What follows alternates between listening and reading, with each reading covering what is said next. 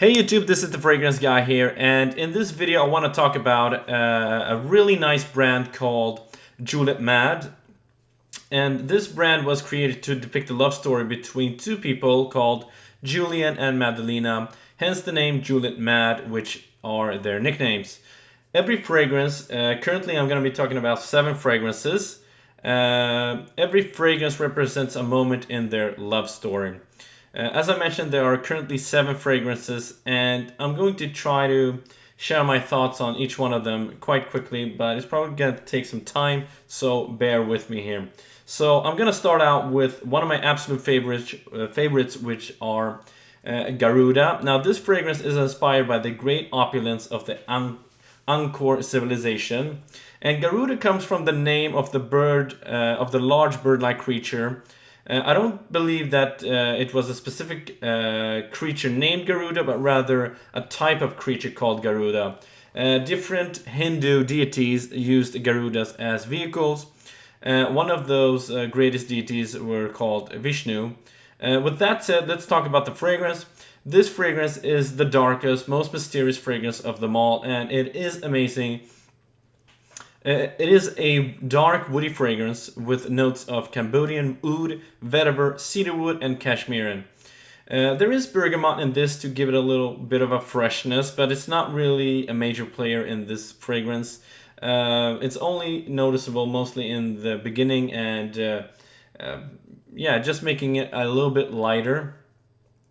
And it does lighten up those heavier notes. I do get a chocolatey association with this fragrance, most likely coming from the patchouli mixed with the sweet notes like amber and vanilla, but I also think that cedarwood has some effect in that.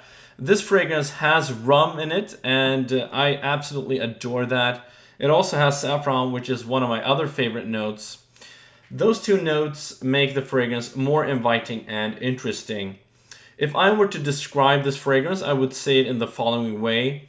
Imagine putting sweet rum in a wooden barrel and storing it for 100 years, and that rum would then be absorbed by the wood, and then you cut up that barrel wood, and the smell of the wood mixed with the rum with sweetness takes over, and it's just beautiful fragrance, and then some slight spices to that. I do get a little bit earthy notes along with the rum, and that saffron is very noticeable but sits in the background.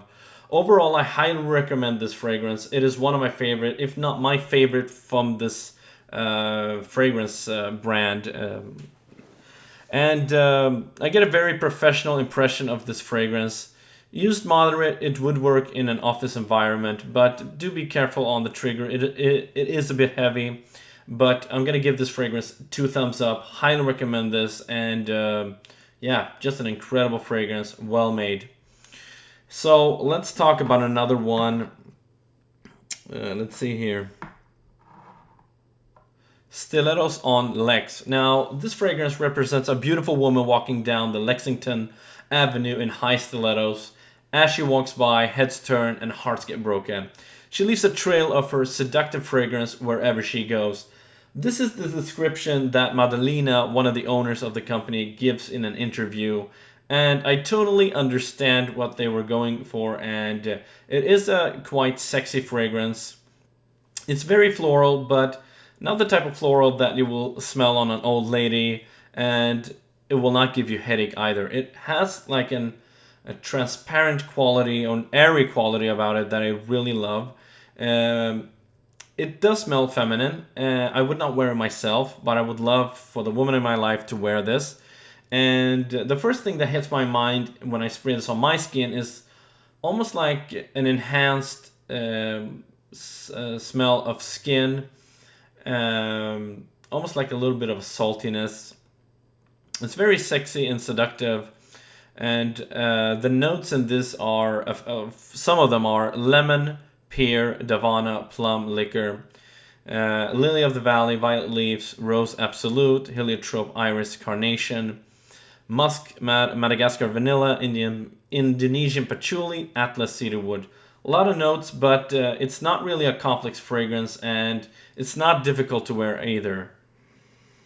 And as I said, I like this fragrance. It's really nice, and it did make me think of what's it called? The one from Frederick Malle, Dante's Bras. So both have this almost like a little bit of a salty quality, and it is quite sexy. And I do recommend trying it, but my personal preference is to smell this on a woman instead of myself. But I do give this high remarks. I know my sister smelled this and she really, really liked it. So I'm gonna give 2 thumbs up on that as well. So let's see, the next one is actually a gourmand fragrance, and it is Nia. And the first thing that hits me with this fragrance is, I mean, if you like sweet and thick gourmand fragrances, then this might be for you. For me, this is a tad too thick. I think that's the right word. It's a bit too thick, not too sweet, but a bit too thick, and a bit too much for my personal preference. But the notes are really, really interesting, and those are Davana, pomegranate, dry plum, vanilla benzoin, caramel, tonka bean. There's also black pepper, palm leaf, jasmine, sambac, cashmere, ambroxan, and musk. As I mentioned, I like this one, but it's a bit too thick for me. It's very smooth and creamy, sweet fragrance, well blended, and I like it, but I just can't wear it myself. But if you like gourmands, check it out. It's really nice and well made. So moving on to Un Air de Shar. This, here it is. I actually have this sprayed on. So this is a boozy rose. It's a Turkish high quality rose that's quite strong, but not to the point where it's challenging to wear. And guys, I think this is totally unisex. A little bit feminine, but still it's unisex. And from the moment you spray this on, you will enjoy the depth, the boozy, smooth, creamy aspect. It has a fresh bergamot at the top to give it some contrast to the other quite heavy notes. I think the idea with this fragrance was to represent the entire rose from the roots to the stem, with the patchouli and the Virginia cedarwood along with the oud to give it some dark aspects along with the slight greenness. And for the petals, they have some creamy and rose notes such as jasmine, vanilla bourbon, benzoin, Davana rose, and rose absolute. If you like smooth rose fragrances that are creamy with a depth, check this one out. It is one of the very best from the line, and it's a must check out if you like rose fragrances. I don't know if I would wear it. I still have to try it more and see what I think, but this is a really good fragrance. So, and I'm gonna be honest, all of these fragrances are really good, and so I'm really impressed with this fragrance brand. So moving on to another really nice fragrance is Amor de Palazzo, and this is a gorgeous fragrance with moderate projection and decent longevity. Now this is my complaint. I'm gonna tell you the bad stuff about this before I get to the good stuff. This is so beautiful, this fragrance, and my only complaint, which really just ruins it a bit to me, is that I wish it was stronger. Now, if you're working in an office environment, this might be perfect for you, but I just want it to be a bit stronger. So just a little tip, if they're watching this video, the company that makes this, make it twice as strong version and make it maybe, I don't know, 30 ml or something. But this is an amazing fragrance and it deserves to be a bit stronger, so people could choose if they want this or something more intense. So with that aside, which is my only complaint, I would say that right from the top, this smells amazing. Warm spices that are smooth, nothing sharp, no sharp spices here. When you look at the note breakdown, it features some heavy notes, but they all come together beautifully and elegantly. It smells very luxurious. It's a smooth fragrance, but with a texture that makes sense. And that comes from the woody notes, patchouli, leather, castoreum, and the spices on top, which are pepper, clove, ginger, and nutmeg. The leather in this is neither rubbery nor very smoky. It's more neutral with a texture that comes to life due to all the other notes. There is a slight sweetness in this that makes it more appealing, and that probably comes from the amber, I think. It's a mix of different things. It's airy, animalic, woody, warm, and inviting, packaged into something very elegant and luxurious. And as I said, I just wish that this was a bit stronger, but it's still worth a try, and I really, really adore this smell. So moving on to this one, Terrasse à Saint-Germain. Probably butchered that name, but this fragrance represents the encounter where Julian and Madalena first met. It happened in a spring day in Paris. For me, this is a bit hard to describe because some of these notes I've not experienced before, but I would describe it as having a layer of tangy, slightly zesty, almost a bit salty, but just a tad to make it more interesting at the top with the grapefruit, tangerine, and rhubarb. There's also lotus flower and blue rose, which I'm personally not that familiar with.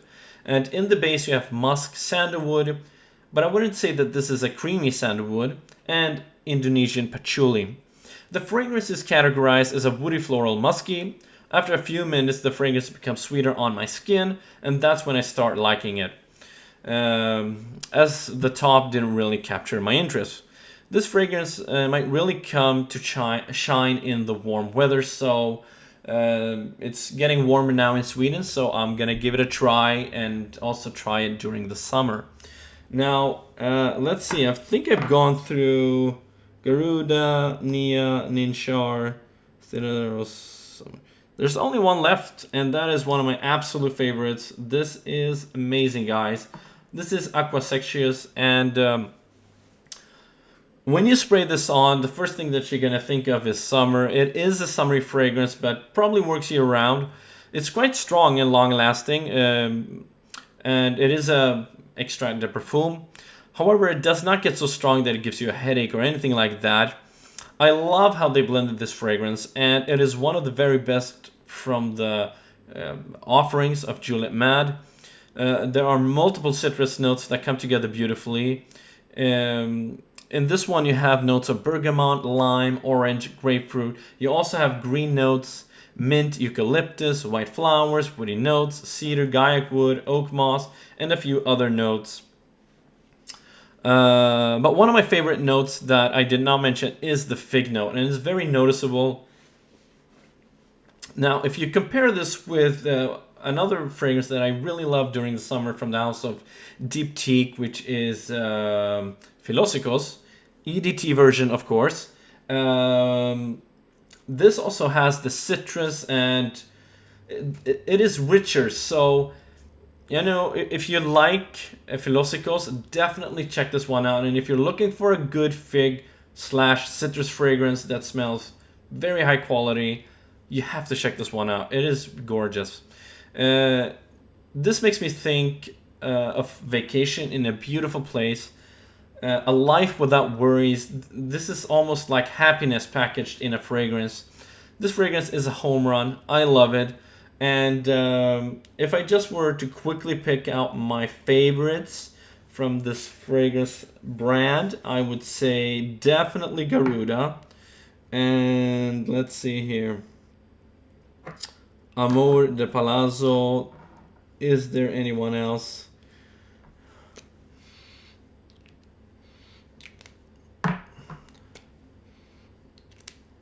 You know, I'm probably gonna go with these three. But, I mean, all of them are wonderful. All of them are really nice and very original fragrances. So, guys, that's my quick mini review of these fragrances. Now, if I did not mention in the beginning of the video, I don't think I did, these do not come with sprayers. Just so you know, I put these on myself. Basically, if you get these are called Love Dose. I think they are 5 ml. You're going to just get a cap, and then you're going to have to pour it on yourself. I don't really like doing that, so I put on a sprayer here. Works great. But that's it, guys.